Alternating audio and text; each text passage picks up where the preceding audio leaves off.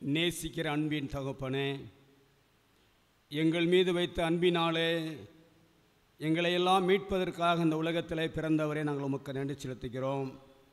பெத்லகேமிலே பாருங்க, நாங்கள் பிறந்த உம்மை தரிசிக்க வந்திருக்கிற இந்த வேளையிலும் கூட நாங்கள் உம்முடைய வார்த்தைக்காக நாங்கள் காத்திருக்கிறோம். உம்முடைய வார்த்தை ஜீவன் உள்ளது, உம்முடைய வார்த்தை சத்தியமானது, உம்முடைய வார்த்தை எங்களை உயிர்ப்பிக்கக்கூடியது.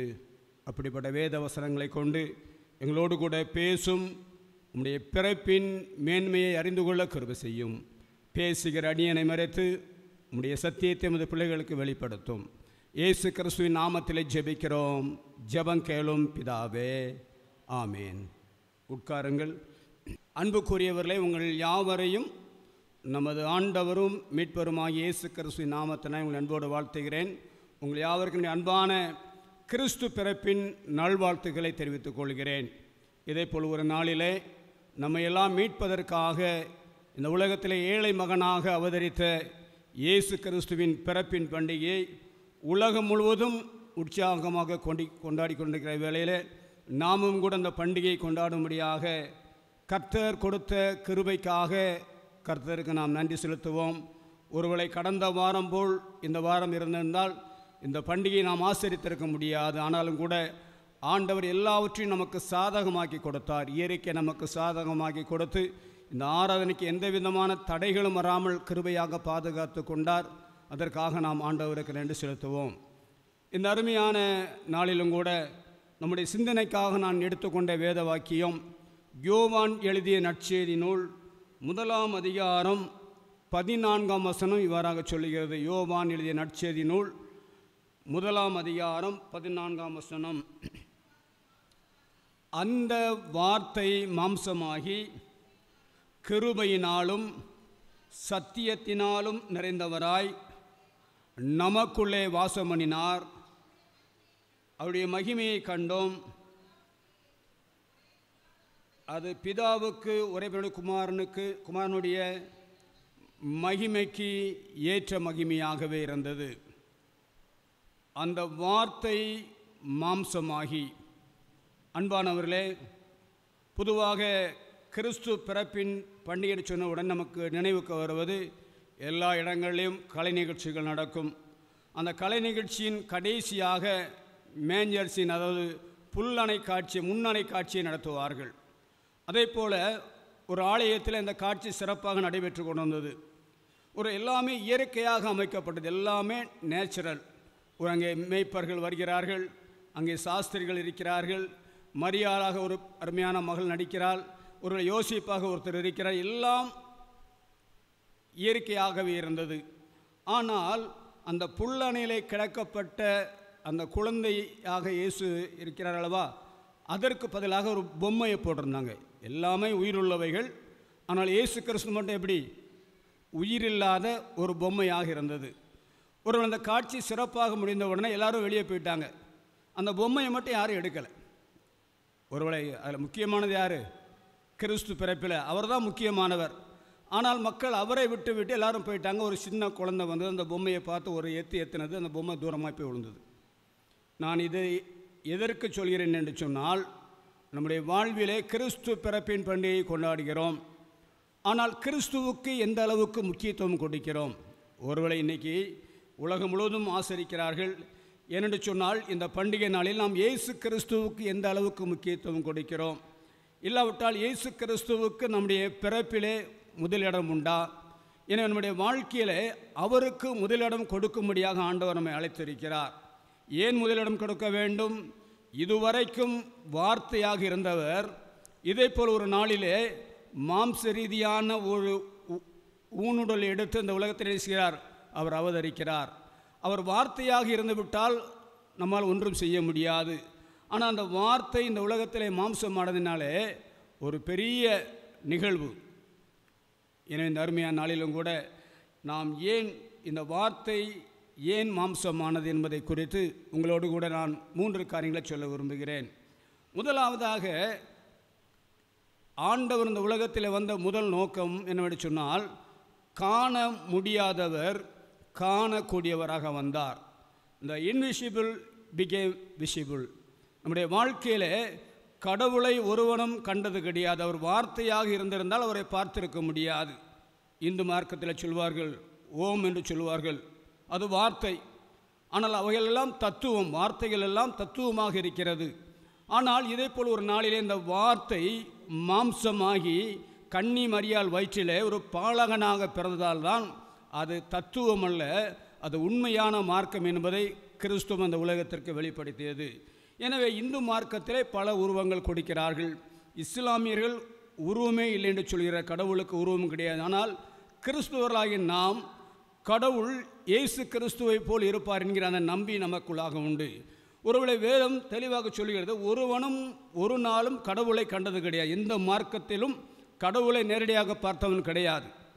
எனவே கிறிஸ்துவும் அதைத்தான் சொல்கிறது. ஆனால் காண முடியாத இறைவன் இந்த உலகத்திலே காணக்கூடியவராக வந்தார் அல்லவா, அதுதான் இந்த நாளிலே மகிழ்ச்சிக்கு காரணம். நாம் யாத்திராகமம் 33ஆம் அதிகாரத்தை புரட்டி பார்ப்போம் என்று சொன்னால், அங்கே கர்த்தர் மோசையோடு கூட பேசுகிறார். என் முகத்தை காண மாட்டாய், கண்டவன் எவனும் உயிரோடு இருக்க மாட்டான். கடவுளை பார்க்க முடியாது. நீ கடவுளை பார்த்தால் இந்த உலகத்திலே உயிரோடு இருக்க முடியாது என்பது அங்கே மோசேக்கு ஆண்டவர் கொடுத்த ஒரு வார்த்தை. அது மட்டுமல்ல, நாம் நியாயாதிபதியில் எடுத்துக்கொண்டால் அங்கே மனவார் தன் மனைவியை பார்த்து சொல்கிறான், நாம் தேவனை கண்டோம், சாகவே சாவோம். அப்படியானால் ஒரு காலத்தில் இருந்த நம்பிக்கை கடவுளை யாருமே பார்க்க முடியாது. எனவே அவர் ஜோதிமயமானவர், அவர் ஒளிமயமானவர், அவரிடத்தில் யாரும் பிரவேசிக்க முடியாது என்றிருந்த அந்த காலத்தில் இங்கே நாம் பார்க்கிறோம், அந்த வார்த்தை மாம்சமாகி நமக்குள்ளே வாசம் பண்ணுவதற்காக வந்தார். அதைத்தான் அங்கே எழுதும் போல் அவர் சொல்கிறாரு, யோவான் 1, அந்த வார்த்தை மாம்சமானது. வார்த்தை வார்த்தையாக இருந்து விட்டால் பயன் கிடையாது. அந்த வார்த்தை என்னைக்கு மாம்சமானதோ அப்பொழுது எல்லாரும் அந்த வார்த்தையை பார்க்கிறார்கள். நாம் வேதத்தை வாசிப்போம் என்று சொன்னால், அங்கே யோவான் ஆதி முதல் இருந்ததும், எங்கள் கண்களினாலே கண்டதும், நாங்கள் நோக்கி பார்த்ததும், எங்கள் கைகளினாலே தொட்டதுமாக இருக்கிற ஜீவ வார்த்தையை உங்களுக்கு அறிவிக்கிறோம். இந்த ஆண்டவராகிய இயேசு கிறிஸ்து ஜீவ வார்த்தை, அவர்களுடைய கண்களால் கண்டோம், அவர் பேசிய வார்த்தைகளை எங்களுடைய காதுகளால் கேட்டோம், அது மட்டுமல்ல எங்களுடைய கைகளால் தொட்டோம் அந்த வார்த்தையை. அதுதான் ஆண்டவர் மானிட அவதாரம் எடுத்து வந்த காரியத்தை அங்கே யோவான் தெளிவாக அங்கே வெளிப்படுத்துகிறார். அப்படியானால் இதுவரைக்கும் இல்லாத இறைவன், இதுவரைக்கும் காண முடியாத இறைவன் இதே போல் ஒரு நாளிலே ஒரு ஏழை மகனாக அவதரித்தார். அதைத்தான் நாம் பார்க்கிறோம். லூக்காளி நற்செய்தி நூலே மேய்ப்பர்கள் தீவிரமாக வந்து யோசேப்பையும் மரியாளையும் முன்னிலையிலே கிடத்திருக்கிற குழந்தையும் கண்டார்கள். அங்கே மத்தேயு 2ஆம் அதிகாரத்திலே சாஸ்திரிகள் விரைவாக வந்து அந்த பிள்ளையை கண்டெனிக்கிறார்கள், அதை பணிந்து கொள்கிறார். அப்படியானால் இதுவரைக்கும் பார்க்க முடியாத இறைவன் இதைப்போல் ஒரு நாளிலே எல்லாரும் பார்க்கக்கூடியவராக, படித்தவர்கள், பண்பாளர்கள், படிப்பறிவில்லாதவர்கள், ஏழை எளிய என்று சொல்லி வித்தியாசம் இல்லாமல் எல்லாரும் பார்க்கக்கூடியவராக இந்த உலகத்தில் வந்தார் அல்லவா, அதுதான் இந்த பண்டிகையின் சிறப்பு. எனவே அன்புக்குரியவர்களே, காண முடியாதவர் இந்த உலகத்தில் காணக்கூடியவராக வந்தார்.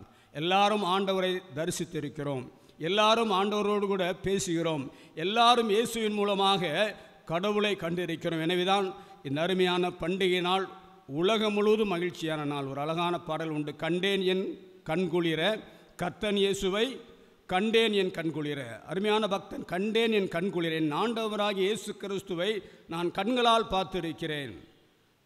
ஒருவரும் பார்க்க முடியாத கடவுளை இயேசுவின் வடிவத்தில் நான் பார்த்திருக்கேன் என்று சொல்லி அங்கே பக்தி பரவசத்தோடு பாடுகிறார். எனவே இந்த அருமையான நாள் உலக வரலாற்றிலே சிறப்பான ஒரு நாள். காண முடியாத இறைவன் இந்த உலகத்திலே காணக்கூடியவராக ஒரு ஏழை மகனாக அவதரித்தார். அதற்காக நாம் ஆண்டவருக்கு நன்றி செலுத்துவோம். இரண்டாவதாக, ஏன் இந்த கிறிஸ்து பிறப்பின் பண்டிகையின் கொண்டாட்டங்கள்? தூரமாக இருந்தவர் நம் அருகில் வந்துவிட்டார். இந்த டிஸ்டன்ஸ் பிகேம் நியர். இதுவரைக்கும் கடவுள் எங்கே இருக்கிறார்? எங்கேயோ இருக்கிறார், அவர் பார்க்க முடியாது. ஒரு பொதுவாக யூதருடைய நம்பிக்கை என்னவென்று சொன்னால், கடவுள் பரலோகத்தில் இருக்கிறார், வானத்தில் இருக்கிறார், அங்கிருந்து மனுப்புத்திரரை எல்லாம் பார்த்து கொண்டிருப்பதாக அவருடைய நம்பிக்கை. நம்முடைய பிள்ளைகளை கேட்டால் அதை சொல்லுவாங்க, கடவுள் எங்கே இருக்காருன்னா மேலே இருக்கார். எனவே உலகம் முழுவதும் நம்பிக்கை என்ன? கடவுள் மேலே இருக்கிறார், அவர் அங்கே இருந்து எல்லாரையும் பார்த்து கொண்டிருக்கிறார். ஆனால் இந்த கிறிஸ்து பிறப்பின் நாள் அவர் மேலே இல்லை, கீழே இறங்கி வந்து விட்டார். எனவே நாம் யாத்திராகமம் 19ஆம் அதிகாரத்தை நாம் பார்ப்போம் என்று சொன்னால், அங்கே மோசே நியாயப்பிரமாணத்தை பெற்றுக்கொள்வதற்காக சீனாய் மலை மீது ஏறுகிறார். அங்கே கர்த்தர் சொல்கிறார், ஜனங்கள் மலையின் மேல் வர வேண்டாம் என்று எச்சரிக்கிறார். கடவுள்கிட்ட யாரும் போக முடியாது, அவரே எச்சரிக்கிறார். எனவே அப்படிப்பட்ட ஒரு காலகட்டம்தான் அந்த நாட்களில் இருந்தது. ஆனால் ஆண்டவராகிய இயேசு கிறிஸ்து சர்வ வல்லவர் ஒரு சாதாரணமானவராக வருகிறார். தூரமாக இருந்தவர் நம் அருகில் வருகிறார். அதுதான் மகிழ்ச்சி. ஒரு குடும்பத்தில் குடும்பத் தலைவர் வெளிநாட்டில் இருந்தால் நிறைய வருமானம் வரும், ஆனால் அந்த குடும்பத்தில் நிறைவான மகிழ்ச்சி இருக்காது. ஏன்னா ஒருவேளை அப்பா தூரமாக இருக்கிறார்கள் என்று சொல்லி. ஆனால் அதே தந்தை இங்கே தன்னுடைய சொந்த வீட்டுக்கு வரும்பொழுது எண்ணில்லாத மகிழ்ச்சி, அளவு கடங்காத மகிழ்ச்சி. காரணம் என்ன? என் தந்தையார் அங்கே வெளிநாட்டிலேருந்து எங்களை பார்க்க வந்திருக்கிறார், எங்களோடு கூட இருக்க போகிற எங்கள் நம்பிக்கையில் அந்த குடும்பம் அதிகமாக மகிழ்ச்சி அடையும். அதே போல தான் யாரும் காண முடியாத இறைவன் காணக்கூடியவராக வருகிறார். தூரமாக இருந்த இறைவன் நம்மோடு கூட இருப்பதற்காக என்ன செய்கிறார்? இந்த உலகத்திலே அவதரிக்கிறார். எனவே தான் இயேசுடைய பிறப்பை குறித்து நாம் பார்க்கும்பொழுது அங்கே சொல்கிறார் மத்தேயு, அவருக்கு இம்மானுவேல் என்று சொல்லி பெயரிடுங்கள். இம்மானுவேல் என்று சொன்னால் தேவன் நம்மோடு கூட இருக்கிறார். எனவே இந்த கிறிஸ்து பிறப்பின் நாட்கள் நமக்கு சுட்டி காட்டுகிற உண்மை, தேவன் நம்மோடு கூட இருக்கிறார். இன்றைக்கி உலகம் கடவுளை தேடி அலைகிறார்கள், எங்கே போனால் ஆண்டவரை காணலாம், கடவுளை காணலாம் என்று சொல்லி. ஆனால் இந்த கிறிஸ்து பிறப்பு பண்டிகை நமக்கு சுட்டி காட்டுகிற உண்மை, நான் உங்களோடு கூட இருக்கிறேன், நான் உங்களுக்குள்ளாக வாசம் பண்ணுகிறேன், நான் உங்களுடைய தேவனாக இருப்பேன், நீங்கள் என்னுடைய ஜனமாக இருக்க வேண்டும் என்று சொல்லி ஆண்டவர் அழைக்கிறார். இன்றும் நம்முடைய திருச்சபைகளில் பார்த்தா நிறைய பேர் ஆண்டவரை தரிசிப்பதற்காக, ஆண்டவருடைய வார்த்தையை கேட்பதற்காக அங்கும் இங்கும் ஓடுகிறார்கள்.